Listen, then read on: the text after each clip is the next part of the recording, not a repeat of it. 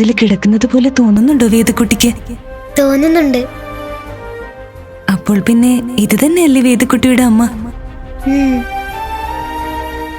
അമ്മ മോളുടെ കൂടെ തന്നെ ഇല്ലേ? അപ്പോൾ പിന്നെ ചടങ്ങ് നടക്കുമ്പോൾ അമ്മ അവിടെ തന്നെ ഉണ്ടല്ലോ.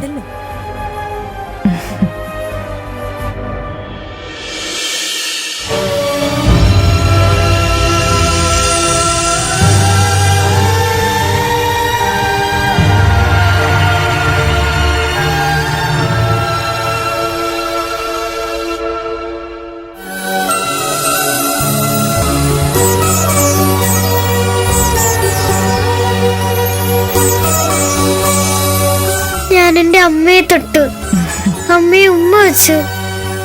ഇതാണ് എന്റെ അമ്മ.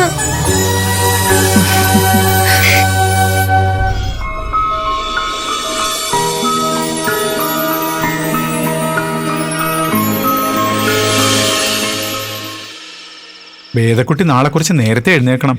അച്ഛൻ വിളിച്ചോളൂ. ബ്രാഹ്മണ ശ്രേഷ്ഠന്മാരൊക്കെ മിക്കവാറും അതിരാവിലെ തന്നെ എത്തും. അവരെ നോക്കുന്നതും സ്വീകരിക്കുന്നതും ഒക്കെ അച്ഛൻ വേദക്കുട്ടിക്ക് വിടുകയാണേ. അവരെ നോക്കിക്കോണേ, ഒരു കുറവും ഇല്ലാതെ. അതൊക്കെ ഞാൻ നോക്കിക്കോളാം. ആ പിന്നെ അച്ഛാ, കുഞ്ഞിയോടും അമ്മയോടും രാവിലെ തന്നെ വരാൻ പറയാം. ഭക്ഷണം കഴിക്കാതെ വരാൻ പറയാം. അതിനെന്താ, ചടങ്ങ് കഴിഞ്ഞാൽ ഉടൻ തന്നെ ഭക്ഷണം കൊടുക്കാലോ. കുഞ്ഞിപ്പെണ്ണിന് കൃത്യസമയത്ത് വിശക്കും. വിശന്ന അവള് ബഹളം വയ്ക്കും.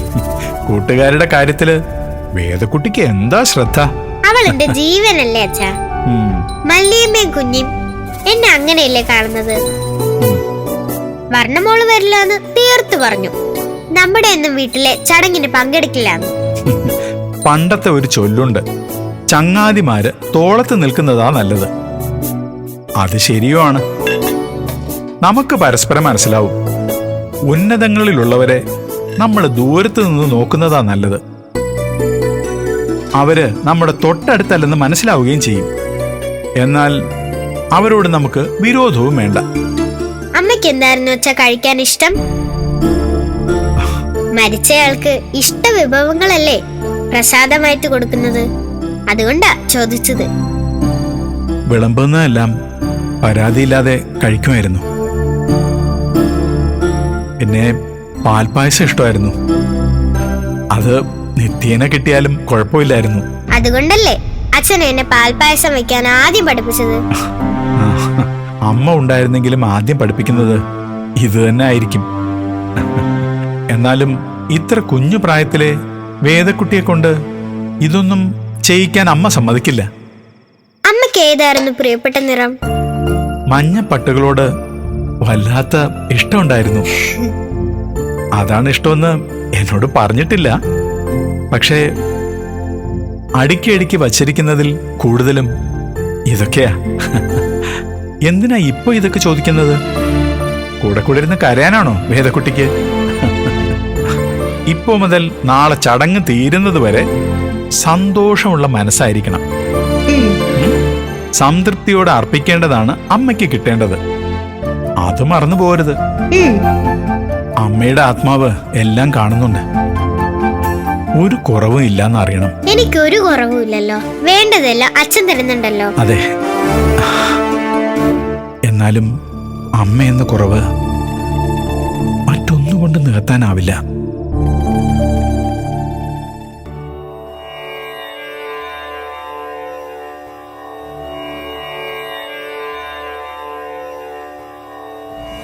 അമ്മേ ഭഗവതി,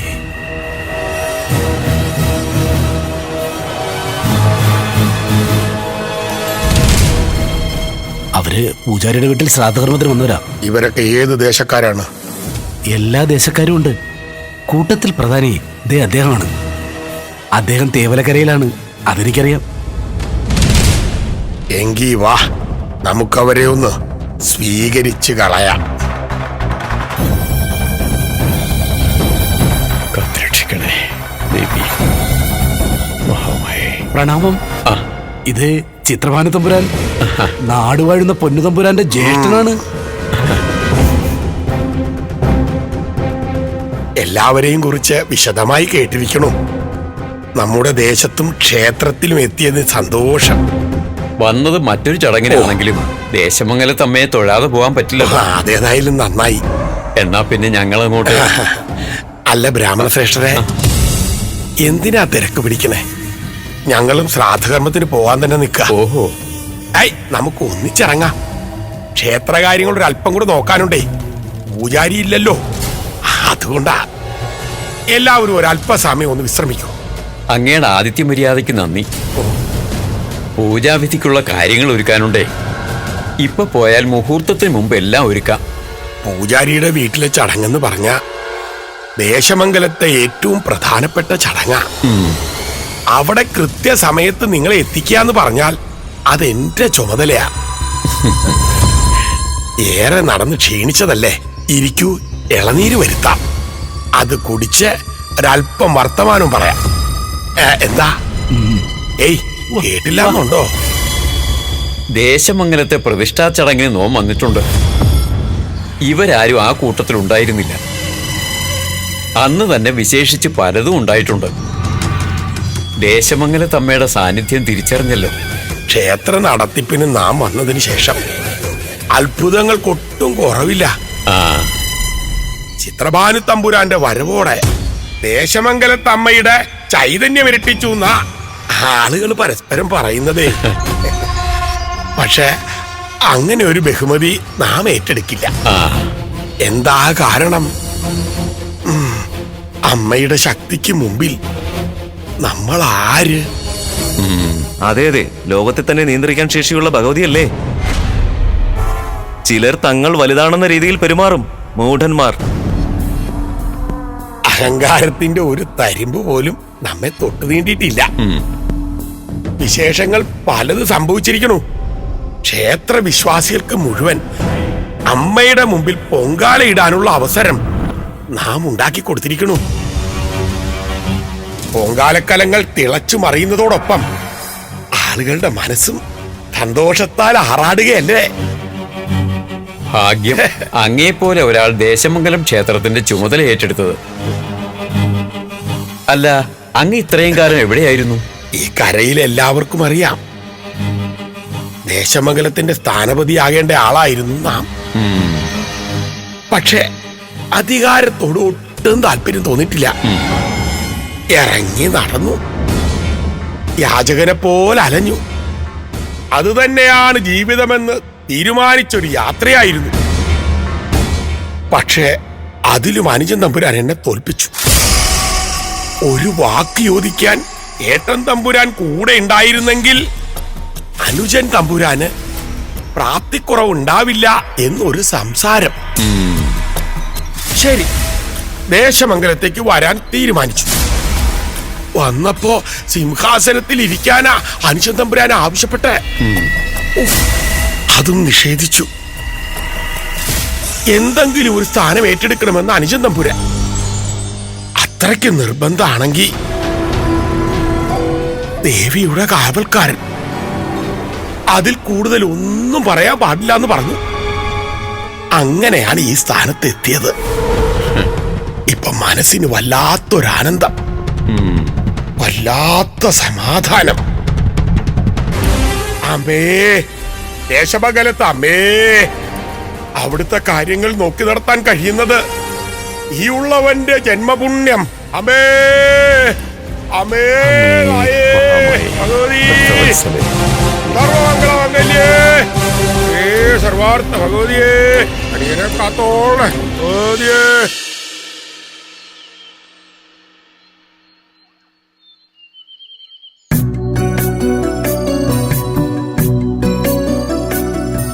ആഹാ, തയ്യാറായി അല്ലേ? അമ്മയുടെ ഇഷ്ട നിറമല്ലേ, അതാ ഇതിട്ടത്. ഉം. കർമ്മം ചെയ്യുമ്പോൾ അമ്മ കാണുമല്ലോ.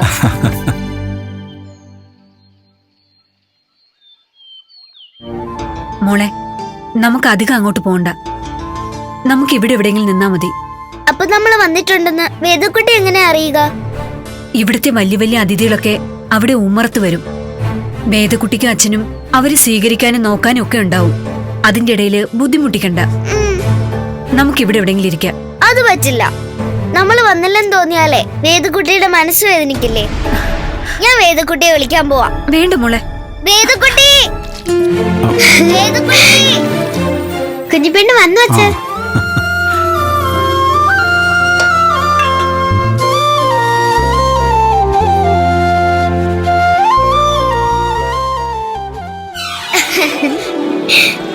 എന്താ മല്ലിയമ്മേ കുഞ്ഞി ഇവിടെ തന്നെ നിന്നത്? അങ്ങോട്ട് വാ. വേണ്ട മോളെ, ഞങ്ങൾ ഇവിടെ നിന്നോളാം. അതെന്താ, നിങ്ങൾ രണ്ടുപേരും ചടങ്ങിനല്ലേ വന്നത്? ചടങ്ങ് ഉമ്മറത്തല്ലേ നടക്കുന്നത്? മോള് പറയുന്നത് കേൾക്കൂ. എല്ലാരും വരട്ടെ, ചടങ്ങ് നന്നായിട്ട് തന്നെ നടക്കട്ടെ. മല്ലിയമ്മയും കുഞ്ഞിയും പ്രാർത്ഥനയോടെ ഇവിടെ തന്നെ ഇരുന്നോളാം. വാ. വേണ്ട വേണ്ട, അവരൊക്കെ ഉമ്മറത്തല്ലേ വരുന്നത്. ഇവിടെ എവിടെയെങ്കിലും വന്നിരിക്കൂ. കണ്ടോ അച്ഛാ, ഇവിടെ വരെ വന്നിട്ട് മല്ലിയമ്മ അകത്ത് കയറുന്നില്ല. കുഞ്ഞിപ്പെണ്ണെ, സുഖമല്ലേ? ഞാൻ മക്കളോട് പറയായിരുന്നു തിരുമേനി, ആർക്കെങ്കിലും എന്തെങ്കിലും ഒരു ഇഷ്ടക്കുറവ് തോന്നിയാൽ എന്തിനാ വെറുതെ, ഞങ്ങൾ ഇവിടെ ഇരുന്നോളാം. വന്നത് തന്നെ വലിയ സന്തോഷമല്ലേ? വേദക്കുട്ടി, മല്ലിയമ്മ പറയുന്നതിലും കാര്യമുണ്ട്. ചടങ്ങുകളൊക്കെ ഉമ്മറത്തല്ലേ, അവര് ഇവിടെ ഇരിക്കട്ടെ. മല്ലി, അങ്ങോട്ട് കയറിയിരുന്നോളൂ, കുഴപ്പമില്ല. വേണ്ട തിരുമേനി. എന്റെ മനസ്സിലോ എന്റെ മകളുടെ മനസ്സിലോ അയിത്തം ഇല്ല. മറ്റുള്ളവരങ്ങനെയാണെങ്കിൽ ഉമ്മർത്ത് തന്നെ ഇരുത്തും നിങ്ങളെ. പക്ഷേ അങ്ങനെയല്ലല്ലോ. മോളെ, അച്ഛൻ ഉമ്മർത്തുണ്ടേ. കുഞ്ഞി, നീ ഒന്നും കഴിച്ചില്ലല്ലോ. എന്തെങ്കിലും ഉണ്ടാക്കി കൊടുക്കാന്ന് ഞാൻ പറഞ്ഞതാ, സമ്മതിച്ചില്ല. വേദക്കുട്ടിയുടെ അടുത്ത് വന്നേ കഴിക്കുന്നു വാശി പിടിച്ചു. അതിനെന്താ, ചടങ്ങ് കഴിഞ്ഞാൽ ഉടനെ തന്നെ ഭക്ഷണം വിളമ്പും, എന്നിട്ട് കഴിക്കാം കേട്ടോ. എന്നാ വാ രണ്ടാളും, നമുക്ക് അവിടെ ഇരിക്കാം.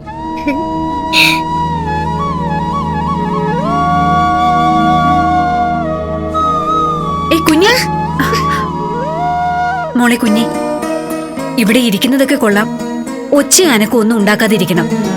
വരുന്നവരാരും നമ്മളെ കാണണ്ട. അപ്പൊ എനിക്ക് ചടങ്ങ് കാണണ്ടേ?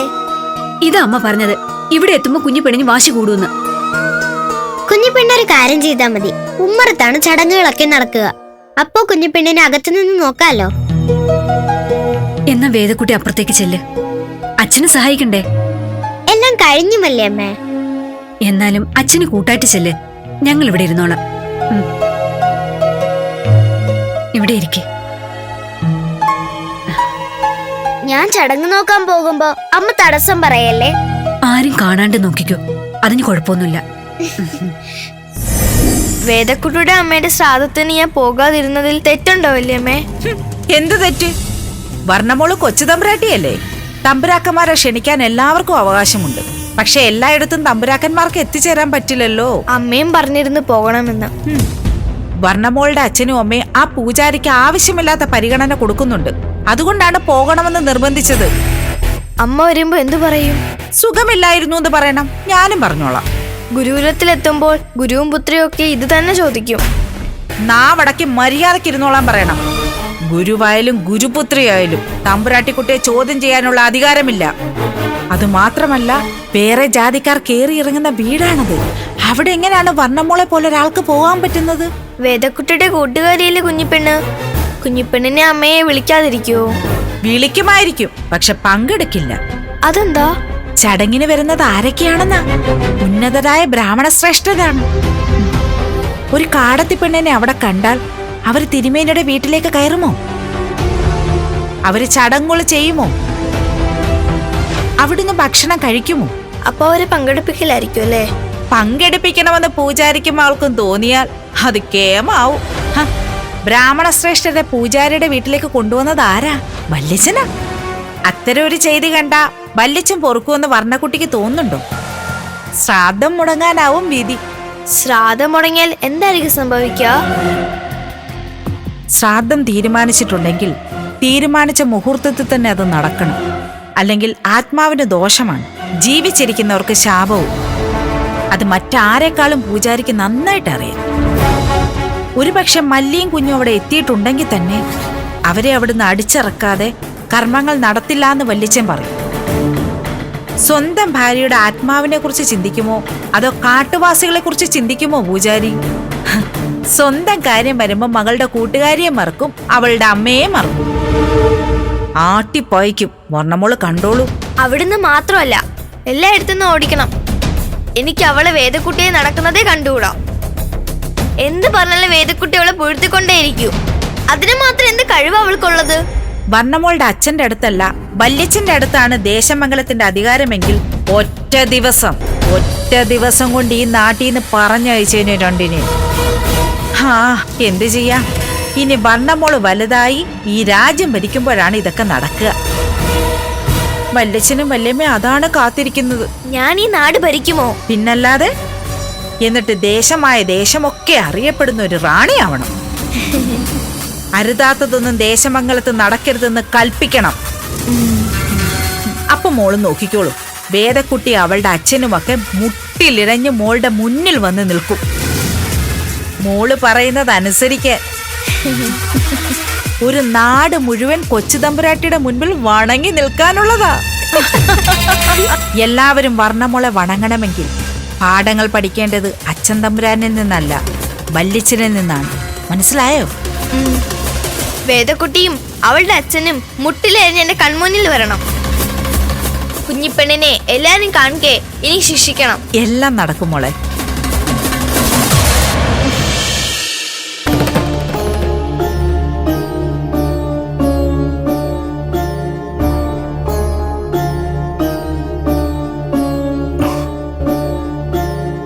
അച്ഛാ, ബ്രാഹ്മണ ശ്രേഷ്ഠന്മാർ എന്താ വരാത്തത്? അച്ഛൻ അറിയില്ല മോളെ. വരാമെന്ന് പറഞ്ഞ സമയം കഴിഞ്ഞു. ഇനി യാത്രക്കിടയിൽ എന്തെങ്കിലും തടസ്സം ഉണ്ടായോന്ന് അറിയില്ല. അവരെ എത്താതെ വന്നാൽ നമ്മൾ പിന്നെ എന്ത് ചെയ്യും? എത്താതിരിക്കില്ല. അമ്മയ്ക്ക് വേണ്ടിയുള്ള ചടങ്ങല്ലേ, എത്താതിരിക്കില്ല. എവിടെയെങ്കിലും പോയി തിരക്കിയാലോ? അവരൊക്കെ ദൂരദേശത്ത് നിന്ന് വരുന്ന ആൾക്കാരല്ലേ. അവരെയൊക്കെ ഇവിടെ ആർക്കും അറിയില്ല. പിന്നെ എവിടെ ചെന്ന് തിരക്കാനാ? നമ്മളെല്ലാം ഒരുക്കി വെച്ചു, തയ്യാറായി നിൽക്കുകയും ചെയ്തു. എന്നിട്ട് എന്താ ഇങ്ങനെ തടസ്സം വരുന്നത്? എന്റെ ദേശമംഗലത്തമ്മേ, ഒരു തടസ്സം വരുത്തരുത്. ഇതെന്തിനാ മോളെ ഇത്ര അസ്വസ്ഥത കാണിക്കുന്നത്? അച്ഛൻ ഉറപ്പുണ്ടല്ലോ അവര് വരുമെന്ന്. വാക്ക് പറഞ്ഞാൽ അവരത് മറക്കില്ല. ചിലപ്പോ അവര് ദേശമംഗലത്ത് തൊഴാൻ കയറിയിട്ടുണ്ടാവും. എന്നാ ഞാൻ ക്ഷേത്രത്തിൽ പോയി നോക്കിയാലോ? ക്ഷേത്രത്തിൽ എത്തിയിട്ടുണ്ടെങ്കിൽ പിന്നെ ഇവിടേക്ക് അധികം ദൂരമില്ലല്ലോ. ചടങ്ങുകൾ എപ്പോഴാ തുടങ്ങുന്നത്? എനിക്കറിയില്ല മോളെ. അമ്മേ, എനിക്ക് വിശന്നു തുടങ്ങി. അയ്യോ, അങ്ങനെ പറയരുത്. തിരുമേനി കേട്ടാൻ വിഷമമാകും. ശരിക്കും വിശക്കുന്നുണ്ടമ്മേ. ദേ, തിരുമേനിയോടോ വേദക്കുട്ടിയോടോ ഇങ്ങനെയൊന്നും പറയരുത് കേട്ടോ. അവർക്ക് കേട്ട വിഷമമാകും.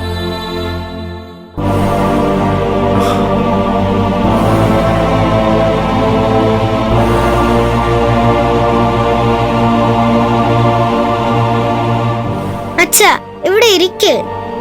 വേണ്ട മോളെ, അച്ഛൻ വഴിവരെ ഒന്ന് പോയി നോക്കാം.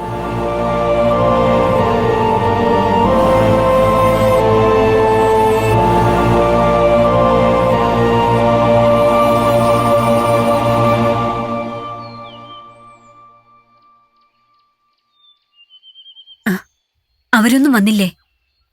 ഇല്ല വല്യമ്മേ, അച്ഛൻ ദേ തിരഞ്ഞു പോയിരിക്കുന്നു. ദൈവമേ, ഞങ്ങൾ വന്നതുകൊണ്ടാണോ?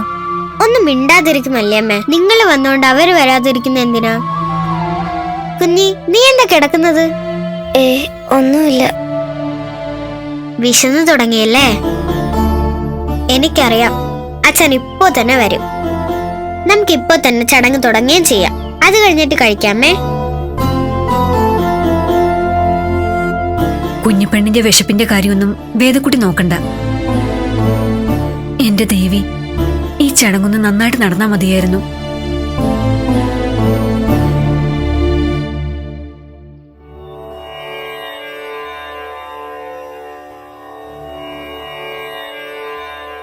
അതെ, ചിത്രഭാനു തമ്പുരാൻ ഇപ്പൊ വരാമെന്ന് പറഞ്ഞു പോയിട്ട് കാണുന്നില്ലല്ലോ.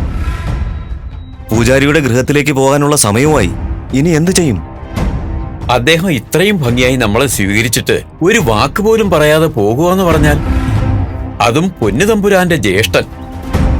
അത് മാത്രവുമല്ല, അദ്ദേഹത്തിന്റെ ജീവിതകഥ പറഞ്ഞത് കേട്ടില്ലേ? സിംഹാസനം വരെ വേണ്ടത് വയ്ക്കാൻ അത്ഭുത പ്രതിഭകളെ കൊണ്ടേ സാധിക്കൂ. എന്തൊരു മനുഷ്യനാണ്! അല്പസമയം കൂടി കാക്കാം.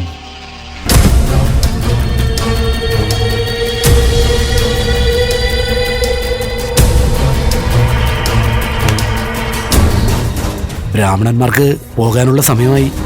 അവരങ്ങേ കാത്തിരിക്കുന്നുണ്ടാവും. കാത്തിരിക്കട്ടെ. എന്തായാലും യാത്ര പറയാതെ ഇറങ്ങില്ല. അല്ല തമ്പുരാൻ, അപ്പൊ മുഹൂർത്തം കഴിയില്ലേ? കഴിയണമല്ലോ. മുഹൂർത്തം കഴിഞ്ഞാൽ ശ്രാദ്ധം മുടങ്ങും. ശ്രാദ്ധം മുടങ്ങിയാൽ അത് മരിച്ചുപോയ ആത്മാവിന് ദോഷം ചെയ്യും. അങ്ങനെ ദോഷം വന്നാൽ അത് ജീവിച്ചിരിക്കുന്നവരെ ബാധിക്കും. എന്ന് വെച്ചാൽ അത് നിന്നെയോ എന്നെയോ അല്ല എന്നർത്ഥം. അത് ദേശമംഗലത്തെ പൂജാരിയെ മകളെയുമാണ്. കാര്യങ്ങൾ ഏകദേശം പിടികിട്ടുന്നുണ്ടല്ലോ അല്ലേ? പൂജാരിയോട് പറഞ്ഞ വാക്ക് അവര് തെറ്റിക്കൊന്നും തോന്നുന്നില്ല. ചിലപ്പോ പറയാതെ പോയാലും മതി. അങ്ങനെ ഒരു സംശയം നിനക്കുണ്ടെങ്കിൽ നമുക്ക് അങ്ങോട്ട് പോകാം. കുറച്ചു നേരം കൂടെ പിടിച്ചു നിൽക്കേണ്ട ബുദ്ധിയൊക്കെ നിന്റെ ഈ തമ്പുരാന്റെ കയ്യിലുണ്ട്. വാ. ഒരാളെ കാത്ത് ഒരു ശ്രാദ്ധകർമ്മം മുടക്കുക എന്ന് പറയുന്നത് നമ്മുടെ രീതികൾക്ക് ചേർന്നതാണോ? അല്ല, ഇത്രയും നേരം നിന്നത് മര്യാദയുടെ പേരിലാണ്. നമുക്ക് പോകാം.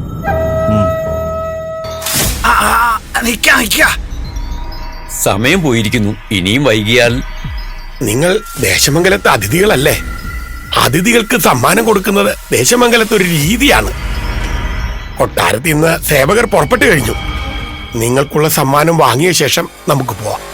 ഇല്ല, തൽക്കാലം അത് സ്വീകരിക്കാൻ നിർവാഹമില്ല. ദേശമംഗലം കൊട്ടാരത്തിൽ നിന്ന് വരുന്ന സമ്മാനങ്ങൾ എന്ന് പറയുന്നത് ദേശമംഗലം തമ്പുരാന്റേതാണ്. നിഷേധിക്കുന്നത് അത്ര നല്ലതല്ല. ഒരു ബ്രാഹ്മണൻ അദ്ദേഹം ഏറ്റെടുത്ത കർമ്മമാണ് മുഖ്യം. അതിനുവേണ്ടി എന്തും ത്യജിക്കണമെന്നാണ് ആചാരം. അങ്ങ് ഞങ്ങളോട് ക്ഷമിക്കൂ, ഞങ്ങൾക്ക് പോകണം.